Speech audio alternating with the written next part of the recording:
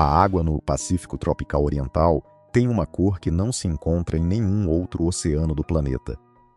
Não é o turquesa caribenho nem o cinza-aço do Atlântico Norte. É um azul que na superfície parece quase preto, tão denso que absorve a luz do meio-dia sem devolver quase nenhum reflexo, e que à medida que o olho o segue em direção ao horizonte, se torna ainda mais escuro, como se o oceano quisesse lembrar a quem o observa que a maior parte do que ele contém nunca foi vista por ninguém. A 40 metros de profundidade, em águas que perderam quase todo aquele azul e se tornaram de um cinza esverdeado turvo, algo emerge da escuridão inferior. Não é uma silhueta. É uma parede. Centenas de corpos prateados, cada um com quase 3 metros, alinhados numa formação que de longe parece um único organismo respirando. As cabeças, achatadas e estendidas para os dois lados como a asa de um avião, giram lentamente da esquerda para a direita, varrendo a água com um sistema sensorial que cobre praticamente 360 graus. O movimento do grupo não tem líder visível. Não há um indivíduo à frente ditando a direção.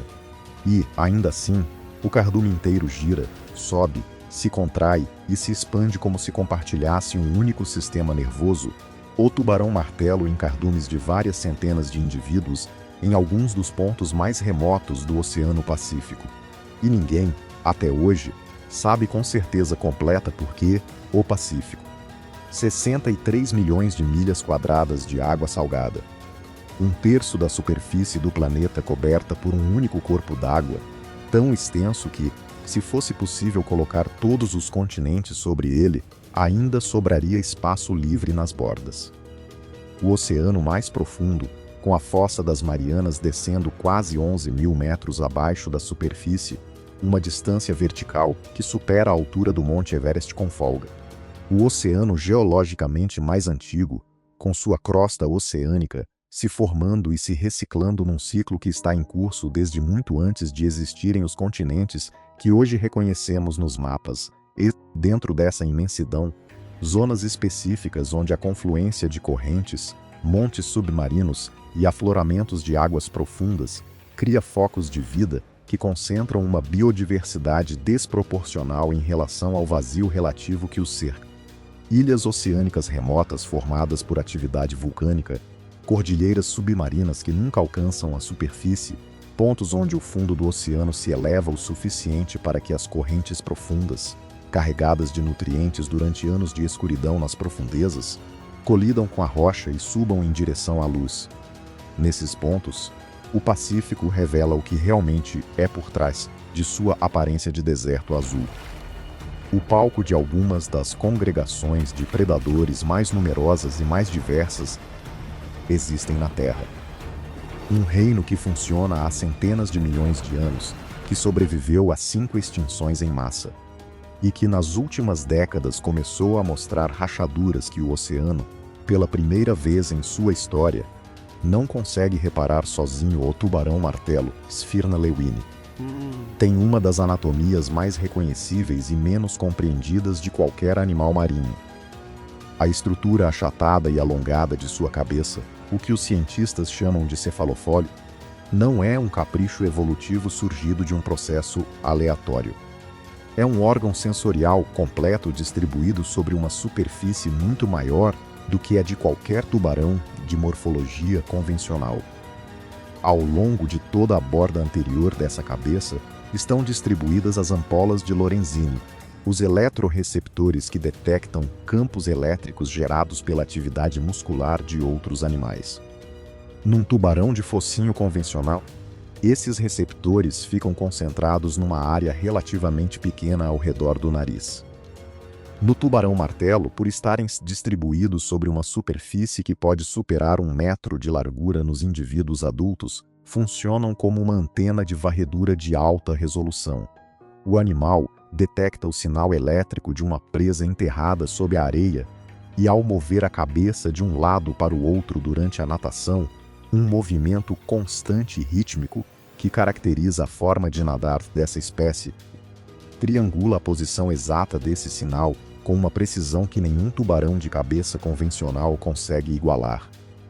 As presas favoritas do tubarão-martelo são as raias, especialmente as que vivem semi-enterradas em fundos arenosos. A técnica de caça documentada em várias populações consiste em usar o próprio cefalofólio como instrumento de imobilização.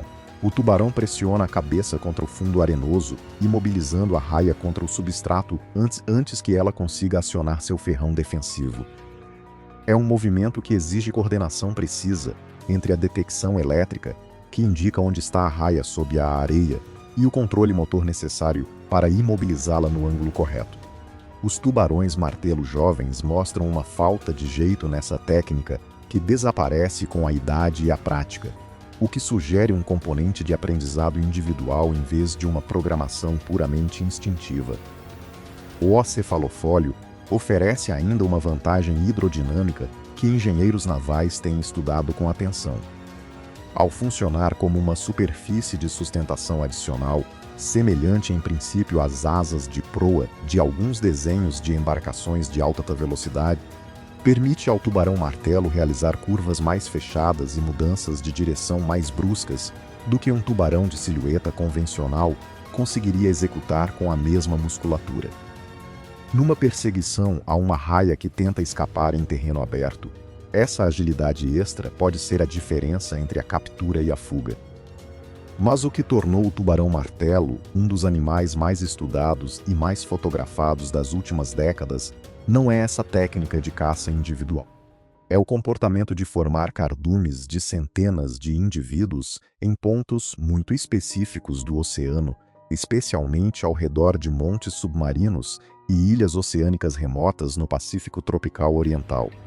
Esses cardumes são predominantemente formados por fêmeas, e se formam, segundo as hipóteses mais respaldadas pelos dados de rastreamento acústico e por satélite, por uma combinação de razões que provavelmente atuam simultaneamente.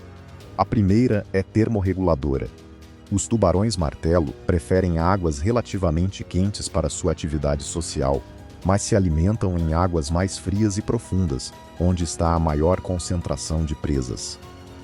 Agrupar-se perto da superfície durante o dia, onde a água é mais quente, e descer em grupo durante a noite para se alimentar em águas mais frias, permite que cada indivíduo recupere o calor corporal perdido durante a caça noturna, sem precisar abandonar completamente a área de alimentação.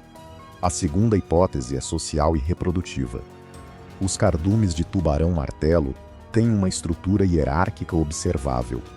Os indivíduos maiores ocupam posições centrais no cardume, enquanto os menores permanecem na periferia. Essa hierarquia espacial não é aleatória, mantém-se de forma consistente e exige que cada indivíduo conheça sua posição relativa em relação aos demais membros do grupo, o que implica alguma capacidade de reconhecimento individual dentro do cardume. Pesquisadores que conseguiram fotografar e identificar indivíduos ao longo de várias temporadas nos mesmos pontos de agregação documentam que algumas fêmeas retornam ano após ano ao mesmo monte submarino, o que sugere memória espacial de longo prazo e possivelmente um componente de seleção de parceiro vinculado a esses pontos de encontro. A terceira hipótese, a mais recente e a que mais gerou debate na comunidade científica, é a de orientação por meio de campos magnéticos. Os montes submarinos onde se formam os maiores cardumes de tubarão-martelo coincidem com anomalias magnéticas locais do fundo oceânico geradas pela composição das rochas vulcânicas que formam essas estruturas. Os tubarões-martelo têm eletroreceptores sensíveis a campos magnéticos fracos, e a hipótese propõe que eles usam essas anomalias como pontos de referência num mapa magnético mental que lhes permite navegar de volta aos mesmos pontos de agregação, através de centenas de quilômetros de oceano aberto sem nenhuma referência visual. Se essa hipótese estiver correta, os tubarões-martelo são navegadores magnéticos de precisão comparável à das aves migratórias e sem pontos de referência fixos. Nenhuma dessas três hipóteses se exclui mutuamente. O mais provável é que os três fatores atuem de forma combinada para criar um dos espetáculos mais impressionantes que o Oceano Pacífico tem a oferecer. Uma parede de tubarões formada por várias centenas de indivíduos girando lentamente na mesma coluna de água, dia após dia, temporada após temporada. Nos mesmos montes submarinos onde se congregam os tubarões-martelo, nas colunas de água que sobem das profundezas carregadas de nutrientes, outro animal transforma essa abundância num espetáculo de natureza completamente diferente. A manta gigante, com uma envergadura que nos indivíduos maiores pode superar os 7 metros de ponta, a ponta das nadadeiras peitorais, e um peso que chega a 2 toneladas, é o maior peixe do grupo dos batóides, o clado que inclui todas as raias e os peixes torpedo. Ao contrário da imagem popular que associa as raias a animais que rastejam pelo fundo, a manta gigante passa a maior parte da vida em águas abertas, nadando por meio do batimento contínuo de suas nadadeiras peitorais, com um movimento que os biólogos descrevem consistentemente como voo subaquático. A mecânica se assemelha mais à de um pássaro no ar do que à de um peixe propulsionado pela cauda. É um filtrador. Alimenta-se de zooplâncton, pequenos crustáceos e larvas de peixes que filtra da água por meio de estruturas especializadas localizadas na garganta, chamadas placas branquiais. Para se alimentar, ela estende 2 lóbulos cefálicos, extensões musculares situadas dos 2 lados da boca, que em repouso ficam enroladas em espiral, e que durante a alimentação se abrem para frente, canalizando a água e o plâncton diretamente para a boca aberta do animal. O processo é contínuo e silencioso. A manta nada lentamente, através da concentração de plâncton, com a boca completamente aberta, processando volumes de água que nos indivíduos adultos durante uma sessão de alimentação ativa podem superar vários milhares de litros por hora, o que tornou a manta gigante um dos animais marinhos mais estudados pela ciência cognitiva. Não é seu tamanho nem sua forma de se alimentar. É seu cérebro. A manta gigante tem o maior quociente encefálico, a relação entre massa cerebral e massa corporal, de qualquer peixe conhecido. Seu cérebro relativo é comparável ao de algumas aves e mamíferos. Num estudo publicado em 2016, pesquisadores que colocaram espelhos diante de mantas gigantes em cativeiro documentaram comportamentos interpretados como possíveis indícios de autorreconhecimento. Os animais passavam um tempo significativamente maior diante do espelho do que diante de superfícies não reflexivas do mesmo tamanho, realizavam movimentos repetitivos incomuns enquanto se observavam e exploravam partes do próprio corpo que normalmente não conseguem ver diretamente enquanto estavam diante do espelho. A interpretação continua sendo debatida porque o teste do espelho tem limitações quando aplicado a animais com anatomias e sistemas sensoriais muito diferentes dos primatas para os quais foi originalmente projetado.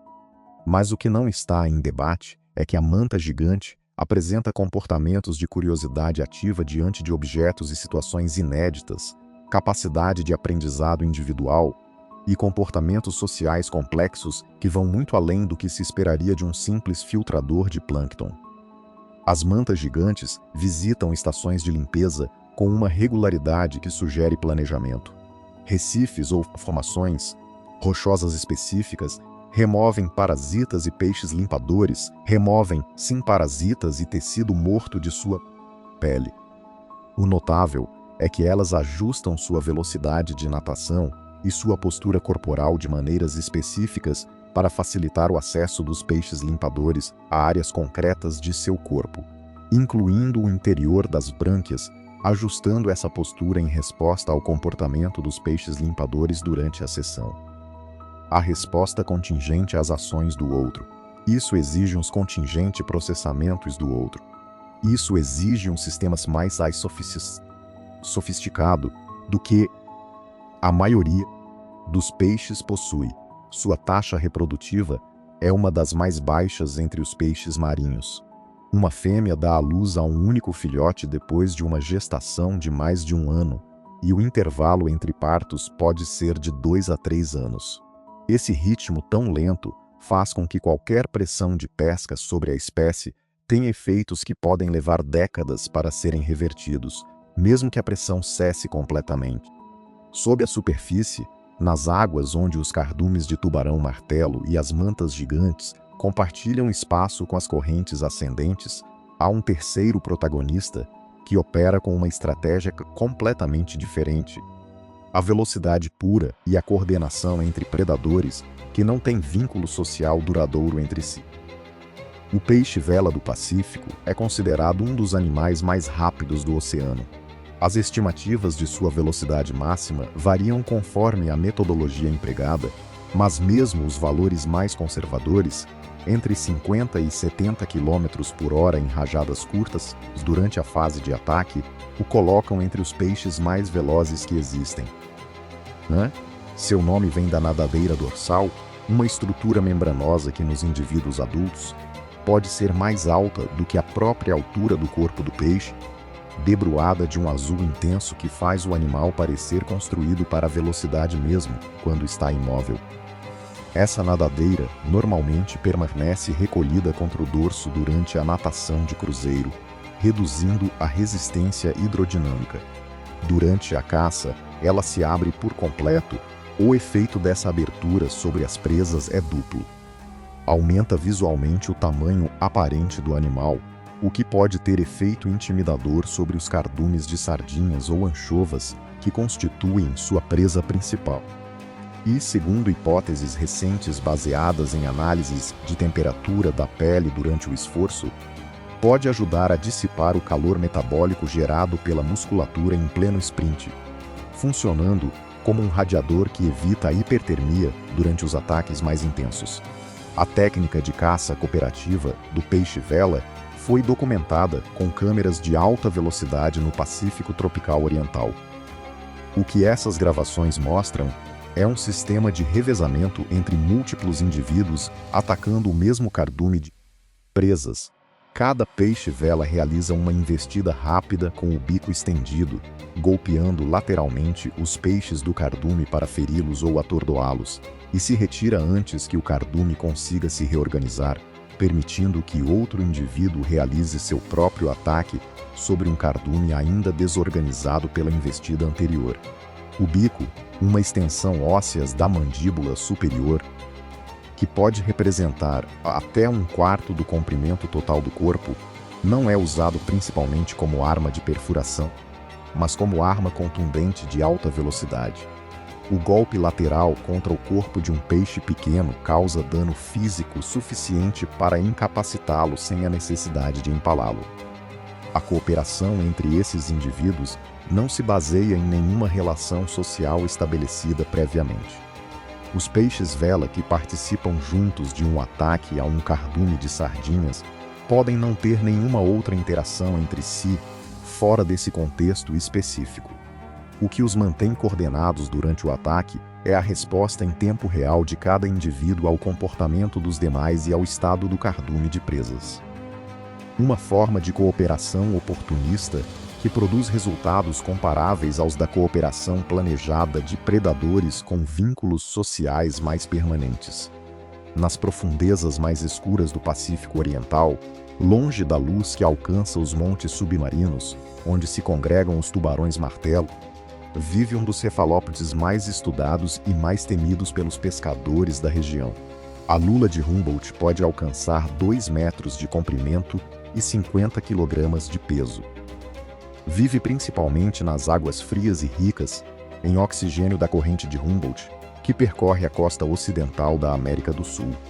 Mas suas populações realizam migrações sazonais para o norte que, em anos de condições oceanográficas favoráveis, levaram indivíduos até águas da Califórnia e mais ao norte ainda. Tem uma das taxas de crescimento mais rápidas entre os cefalópodes conhecidos. Pode passar de poucos centímetros a mais de 1 metro de comprimento em menos de um ano. Essa velocidade de crescimento exige uma taxa metabólica entre as mais altas já registradas em animais marinhos de seu tamanho, o que explica por que precisa consumir quantidades de presas equivalentes a uma fração significativa de seu próprio peso corporal todos os dias. Caça em grupos numerosos, o que entre cefalópodes é um comportamento pouco comum. Os cardumes de lula de Humboldt podem conter centenas ou milhares de indivíduos, e a coordenação dentro desses cardumes inclui um sistema de comunicação visual por meio da mudança rápida de cor da pele, controlado por cromatóforos que alteram o padrão cromático do animal em frações de segundo. Pesquisadores que conseguiram observar esses cardumes com câmeras de luz vermelha, que a lula de Humboldt parece não detectar, documentaram padrões de piscar cromático que se propagam entre os indivíduos do cardume como uma onda, com uma sincronização que sugere algum tipo de sinalização coordenada. Embora o significado específico desses padrões ainda não tenha sido decifrado, não muito longe de onde as lulas de Humboldt realizam sua subida noturna em direção às camadas superiores do oceano, outro predador do Pacífico protagoniza um dos fenômenos mais impressionantes da biologia marinha de águas abertas. O tubarão azul, Prionace glauca, é o tubarão oceânico mais abundante do planeta. Esguio, com nadadeiras peitorais longas e elegantes, de um azul índigo no dorso que se funde com o azul do oceano aberto e um branco quase perfeito no ventre, é um animal construído para a viagem de longa distância e a eficiência energética. Distribui-se por todos os oceanos do mundo entre os 60 graus de latitude norte e sul, e suas migrações documentadas por rastreamento via satélite incluem travessias completas do Atlântico, da Europa até a América do Sul e de volta, viagens de mais de 10 mil quilômetros que um único indivíduo pode completar em vários meses. No Pacífico Norte, os tubarões azuis seguem a corrente circular do norte do Pacífico num movimento horário que os leva das costas da Califórnia em direção ao Japão, do Japão às ilhas do Pacífico Central e de volta às costas americanas. Esse circuito, cujos detalhes só ficaram claros com a adoção generalizada de transmissores via satélite nos anos 2000, tem uma lógica ecológica direta. O tubarão azul segue a distribuição de suas presas preferidas, principalmente lulas de porte médio e pequenos peixes pelágicos, que por sua vez seguem a distribuição do plâncton, que por sua vez segue a distribuição dos nutrientes na superfície oceânica. O tubarão azul não é um caçador de emboscada nem um velocista de curta distância.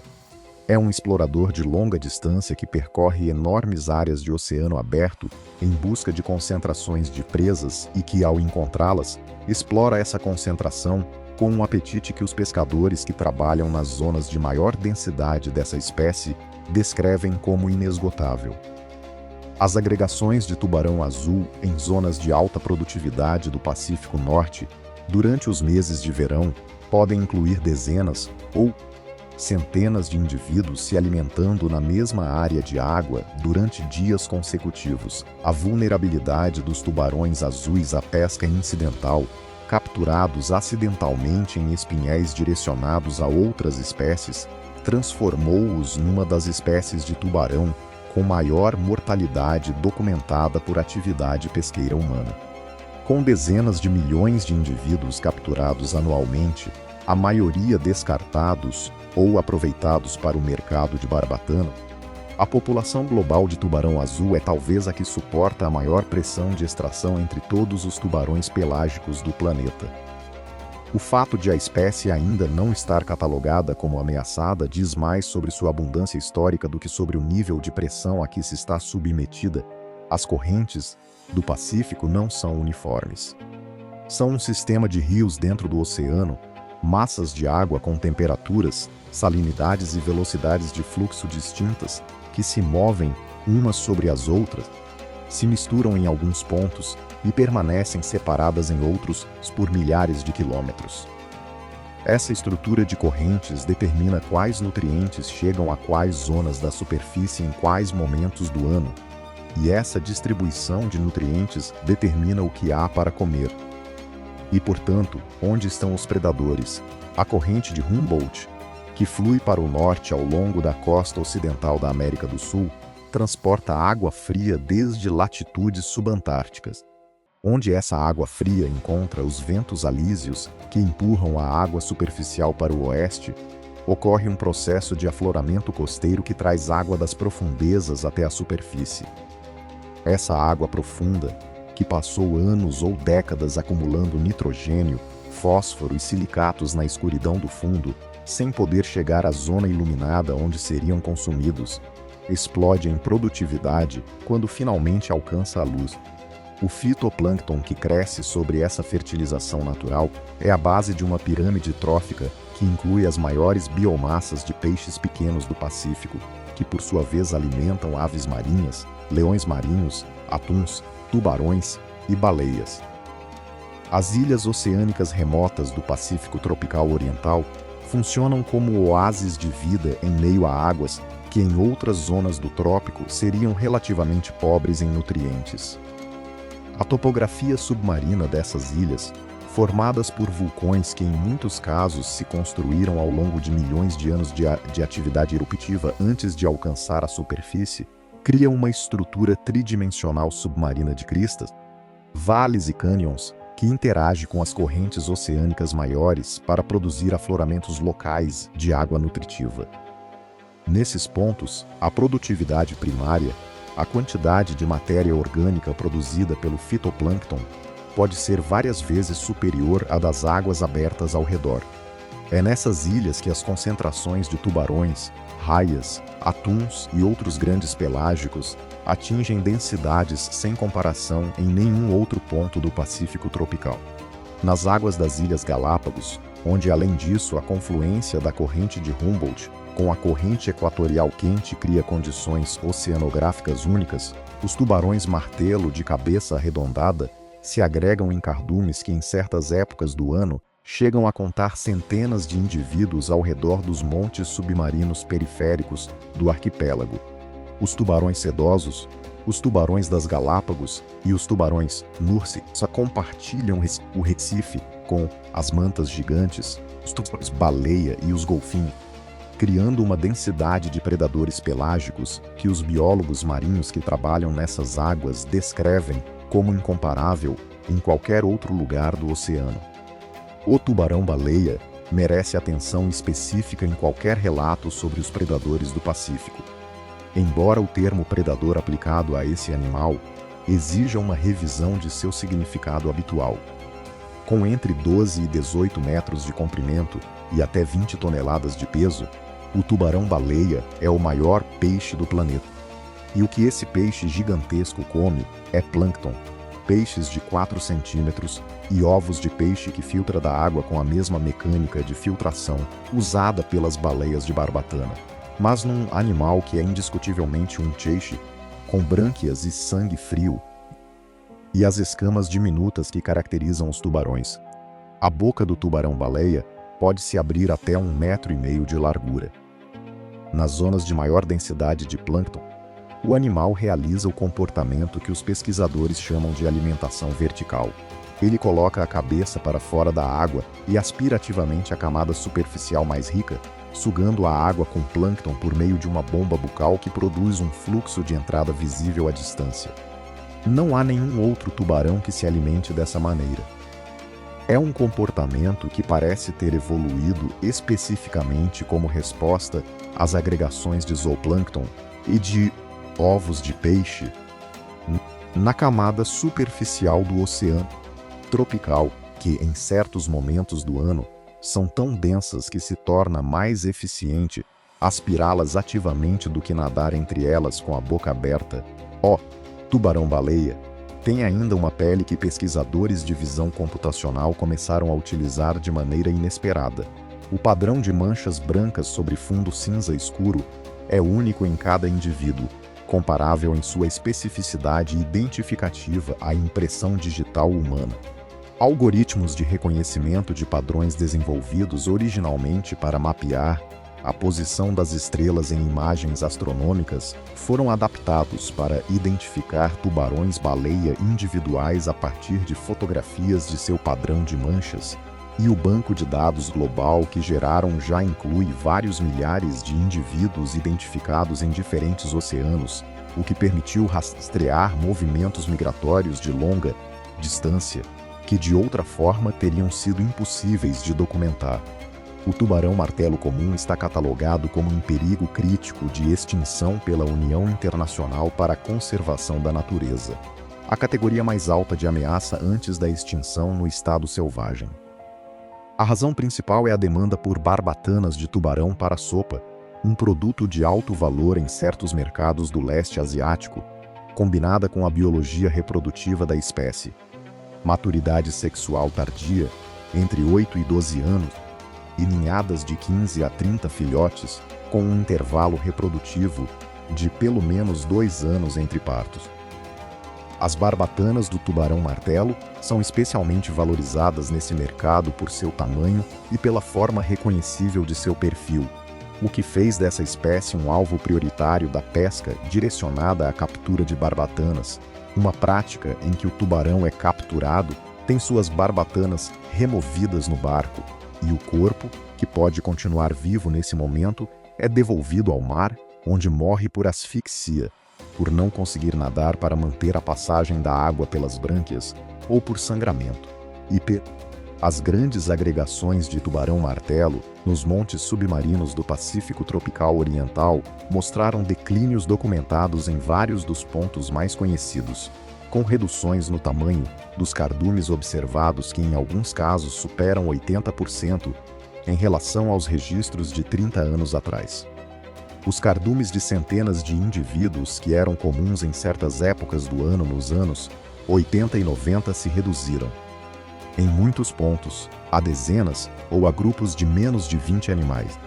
O paradoxo dessas agregações é que sua própria previsibilidade, a razão pela qual são tão espetaculares para a observação científica e turística, é também o que as torna vulneráveis à pesca direcionada. Um pescador que conhece a localização de um monte submarino onde centenas de tubarões se congregam de forma previsível, todo ano tem acesso a uma concentração de biomassa que em águas abertas exigiria semanas de busca.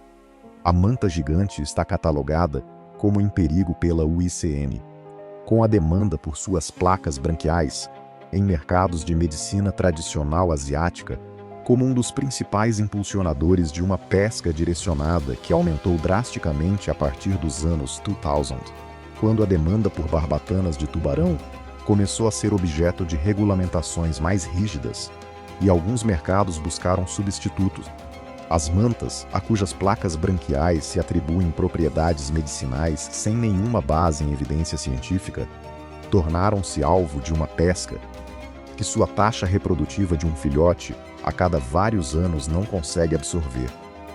As reservas marinhas estabelecidas ao redor de algumas das ilhas mais importantes do Pacífico tropical mostraram resultados positivos mensuráveis na recuperação de populações de tubarões e raias dentro de seus limites.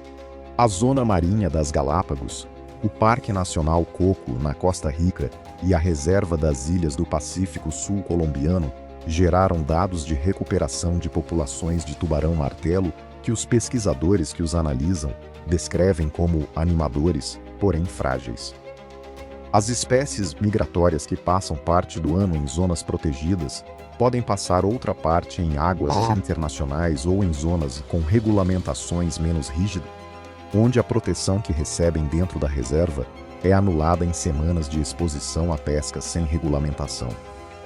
O tubarão-baleia está catalogado como em perigo, com suas populações sob pressão de pesca direta em alguns países onde ainda não está protegido, sob risco de colisão com embarcações em suas rotas migratórias e sob perturbação de suas áreas de alimentação pelo turismo de mergulho, que em alguns pontos chegou a níveis que os pesquisadores consideram disruptivos para o comportamento normal dos animais. O amanhecer sobre o Pacífico tropical oriental chega com uma luminosidade que parece se amplificar a partir do próprio oceano. A superfície, calma àquela hora, reflete o céu com tal fidelidade que se torna difícil distinguir onde termina a água e começa o ar. Sob essa superfície, a 40 metros de profundidade, o cardume de tubarões-martelo que passou a noite em águas mais frias e mais profundas inicia sua subida matinal em direção às zonas menos profundas do monte submarino. O movimento do cardume, visto de cima, tem a fluidez de um único organismo. Centenas de corpos se movendo com uma sincronia que nenhum sistema de coordenação externa explica satisfatoriamente. Perto da superfície, uma manta gigante completa sua visita matinal à estação de limpeza, mantendo-se quase imóvel enquanto os peixes limpadores trabalham sobre sua pele, antes de abrir suas nadadeiras peitorais e retomar o voo lento em direção às águas abertas, onde passará o resto do dia filtrando plâncton da coluna d'água, mais longe, em águas onde não há nenhum monte submarino que rompa a continuidade do oceano profundo. Um grupo de peixes-vela localiza um cardume de sardinhas e inicia a sequência de ataques coordenados que em poucos minutos deixará o cardume dizimado. E nas profundezas, na escuridão, onde a temperatura não varia com o ciclo do dia e onde o tempo da superfície é irrelevante, a lula de Humboldt completa seu ciclo de vida na mesma velocidade vertiginosa com que o completou cada geração anterior: nascimento, crescimento explosivo, caça, reprodução e morte, tudo no espaço de um ano ou dois, com a urgência de um animal que parece saber que o tempo disponível é curto. O Pacífico é o oceano que ocupa mais espaço neste planeta. É também aquele cujos habitantes o utilizam há mais tempo, antes de existir qualquer ser humano que o nomeasse. Tudo o que acontece em suas águas, os cardumes de tubarão-martelo girando sobre os montes submarinos, as mantas desfilando diante dos peixes limpadores, os peixes-vela atacando em revezamentos perfeitos, as lulas se comunicando em lampejos de cor na escuridão, aconteceu durante milhões de anos antes de chegarmos, e continuará acontecendo, se dermos a chance, durante milhões de anos depois que deixarmos de existir. A pergunta que o Pacífico faz a qualquer um que se detenha para escutá-la não é como ele funciona. Depois de 170 milhões de anos de existência, ele já demonstrou de sobra que sabe funcionar sem a nossa ajuda. A pergunta é se vamos continuar desmontando suas peças antes de termos terminado de entender para que serve cada uma delas.